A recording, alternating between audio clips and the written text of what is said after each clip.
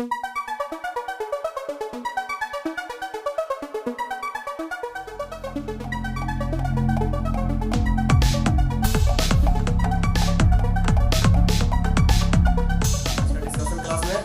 एक बार फिर से हार्दिक स्वागत है।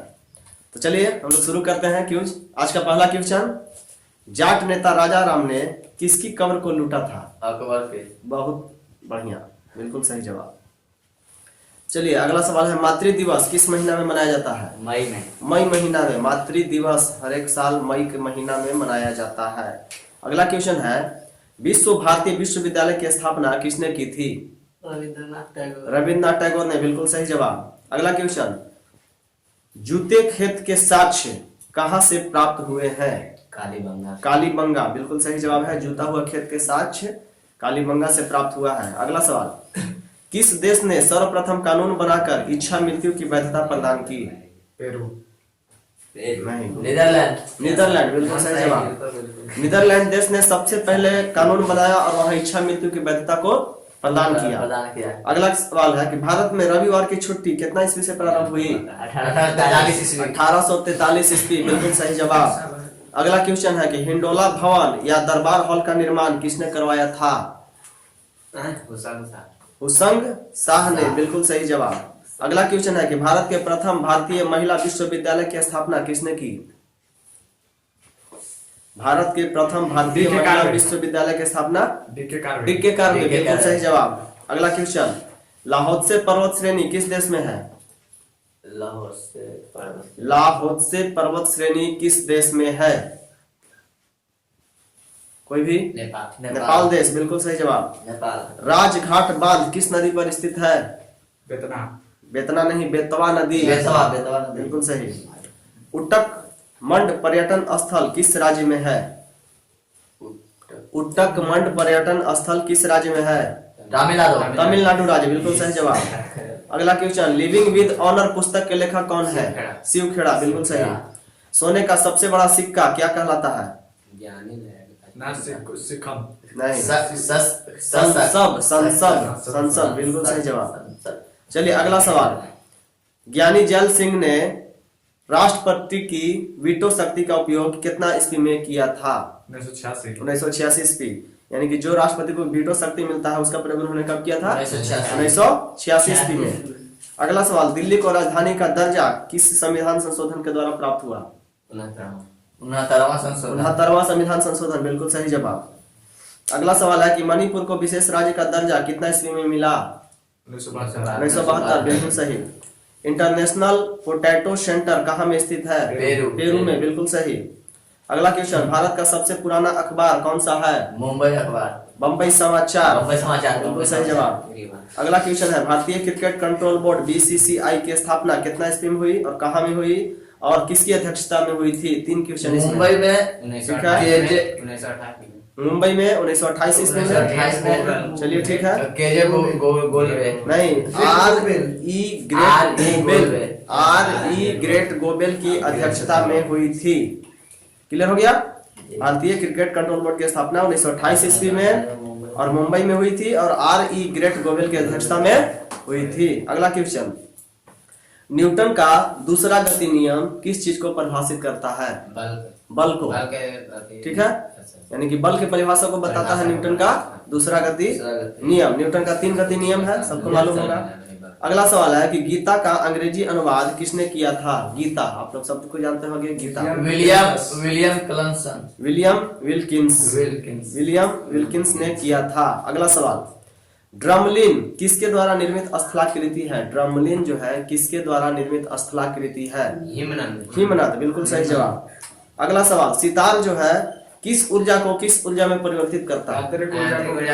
यांत्रिक ऊर्जा को नहीं, ध्वनि ऊर्जा में। सितार जो है यांत्रिक ऊर्जा को ध्वनि ऊर्जा में बदलने का काम करता है, बिल्कुल सही। चलिए अगला सवाल, लाल, हरा तथा नीला का मिश्रण क्या होता है? सफेद। मैंने वर्ण के बारे में आप लोगों को पढ़ाए थे, हम लोग आपस में पढ़े भी थे। सफेद वर्ण जो है किस किस रंगों से मिलकर बना है? प्राथमिक वर्ण कौन कौन होते हैं, द्वितीयक वर्ण, एक जो त्रिभुज का चार्ट बना करके पढ़े थे हम लोग। तो इसमें अच्छी तरह से जितना भी प्रश्न आएगा सब बना लेंगे। तो लाल हरा और नीला का मिश्रण क्या होता है? सफेद। सफेद। अगला सवाल, वायरस की खोज किसने और कितना ईस्वी में किया था? वायरस, विषाणु जिसको बोलते हैं, किसने? 1892। इवानोवस्की ने 1892 ईस्वी में वायरस की खोज किया था। बिल्कुल सही। अगला सवाल, नालंदा विश्वविद्यालय को क्या कहा जाता है? नालंदा विश्वविद्यालय, ऑक्सफोर्ड ऑफ महायान नालंदा विश्वविद्यालय को कहा जाता है। बिल्कुल सही जवाब। अगला, सिकंदर के घोड़ा का नाम क्या था? बुक्का फेला। बिल्कुल सही जवाब। सिकंदर के घोड़ा का नाम क्या था? बुक्का फेला। नेक्स्ट क्वेश्चन, संसद भवन का उद्घाटन कितना ईस्वी में और किसने किया था? संसद भवन का उद्घाटन कब? 18 जनवरी 1927। नहीं, हाँ ठीक है, बिल्कुल सही जवाब। 18 जनवरी 1927 किसने किया था?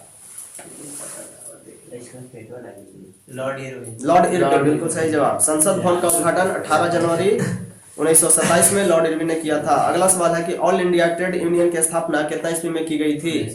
1920 ईस्वी में। बिल्कुल सही जवाब है। अब हम लोग चलते हैं बायोलॉजी से संबंधित,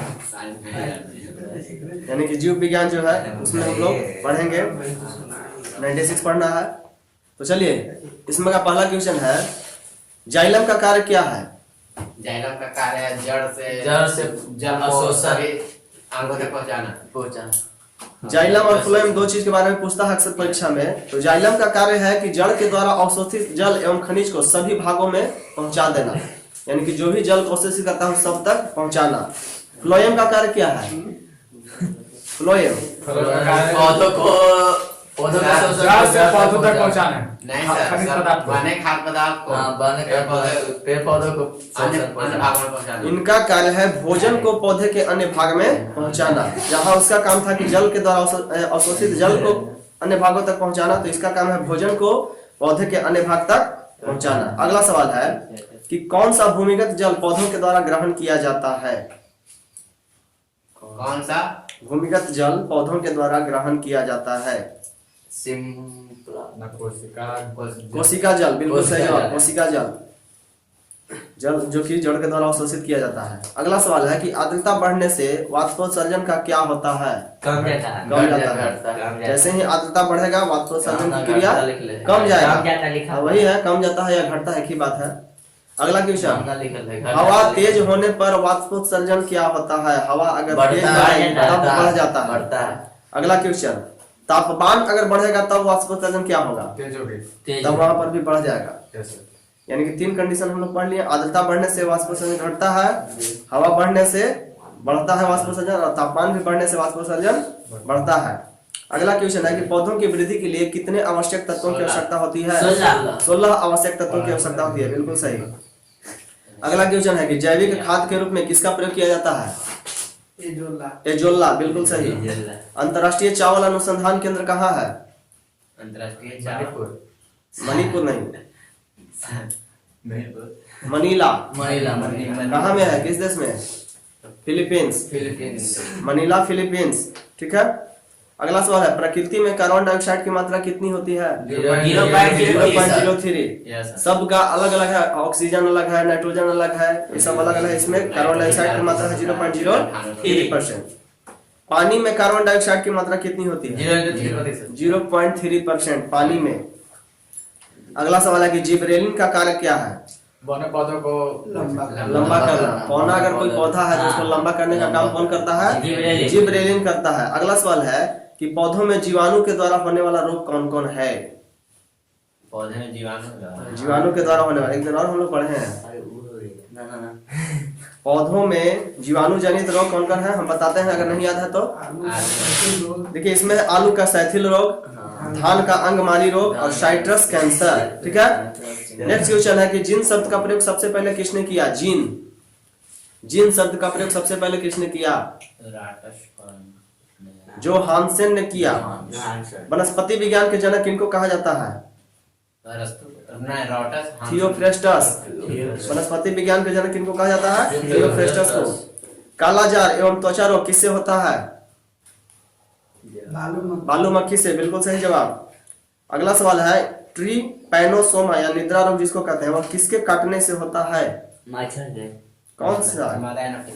शीशी मक्खी या खटमल के द्वारा निद्रा रोग होता है। ठीक है, तो यहाँ भी खत्म हो गया। अब देखिए, कल हम लोग पढ़े थे एक ट्रिक के माध्यम से हम लोग पढ़े थे क्या, एक मुगल शासक जिसका नाम था बाबर। बाबर ने अपने जीवन में 4 मुख्य लड़ाइयां लड़ी थी और जिसमें वह विजेता हुआ था, उसके बारे में हम लोग पढ़े थे ट्रिक के माध्यम से। क्या था ट्रिक? ट्रिक क्या था? पान खो चल घर, जिसमें हम लोग पढ़े थे कि 4 प्रकार के युद्ध उसने लड़ा था। वो चारों युद्ध के पहले डेट बताओ, डेट कब क्रम से बताओ, याद हो जाएगा। 1526, 1526, 1527, 1528, 1529 और 1530 में हम लोग पढ़े थे कि बाबर की मृत्यु हो गई थी। तो हम पहला जानना चाहते हैं कि जो पान खो चल घर ट्रिक जो है, तब पान से क्या हम लोग पढ़े हैं? पानीपत का पहला युद्ध। पानीपत का पहला युद्ध किसके किसके बीच में हुआ? इब्राहिम लोदी। बस जानकारी के लिए हम लोग बताए थे कि चारों युद्ध में किसका जीत हुआ है? बाबर का। तो इसमें भी जीतेगा कौन? बाबर। नेक्स्ट है 1527 में पान खो से क्या था? खानवा का युद्ध। किसके किसके बीच में हुआ? बाबर और राणा सांगा के बीच में, जिसमें बाबर युद्ध में जीता है। और अगला है 1528 में किसके साथ? पान खो चल से क्या हम लोग याद किए थे? चंदेरी का युद्ध किसके किसके बीच में? बाबर और मेदिनी राय के बीच में, इसमें भी बाबर जीता। और 1529 ईस्वी वह जो है पान खो चल घर से घाघरा का युद्ध। घाघरा के युद्ध किसके किसके बीच में हुआ? बाबर और महमूद लोदी के बीच में हुआ। इसमें कौन जीता? बाबर। यानी कि चारों युद्ध में जीता कौन? बाबर। और यह आपका एसएससी, यूपीएससी, बीपीएससी कोई भी एग्जाम के लिए बहुत इंपॉर्टेंट है, अक्सर परीक्षा में पूछता है। ठीक है, तो इसको हम लोग याद हो गया क्रम से। पहले डेट याद रखेंगे क्या? 1526, 1527, 1528 और 1529।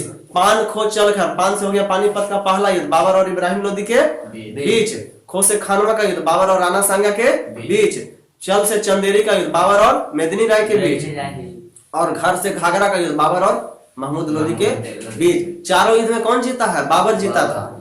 और यह जो पानीपत का पहला युद्ध है, इसमें जीतने के बाद ही मुगल शासन की स्थापना हुई थी, क्योंकि एक बहुत बड़ा भीषण युद्ध लड़ा गया था। इब्राहिम लोदी जी के बहुत शक्तिशाली शासक था, उसको हराना बस के बात नहीं था, लेकिन अपने इच्छा शक्ति, दृढ़ इच्छा शक्ति की बदौलत उन्होंने उसको हराया। और उसके बाद मुगल कालीन शासन की स्थापना हुआ था। और इसके बाद जानता है कि 1530 में क्या हो गया था? बाबर की मृत्यु हो गया था। तो हम लोग आज का यहीं पर डिस्कशन क्लास समाप्त करते हैं। जितने भी विद्यार्थी अगर क्विज में आना चाहते हैं तो आ सकते हैं। धन्यवाद, मिलते हैं नेक्स्ट वीडियो में।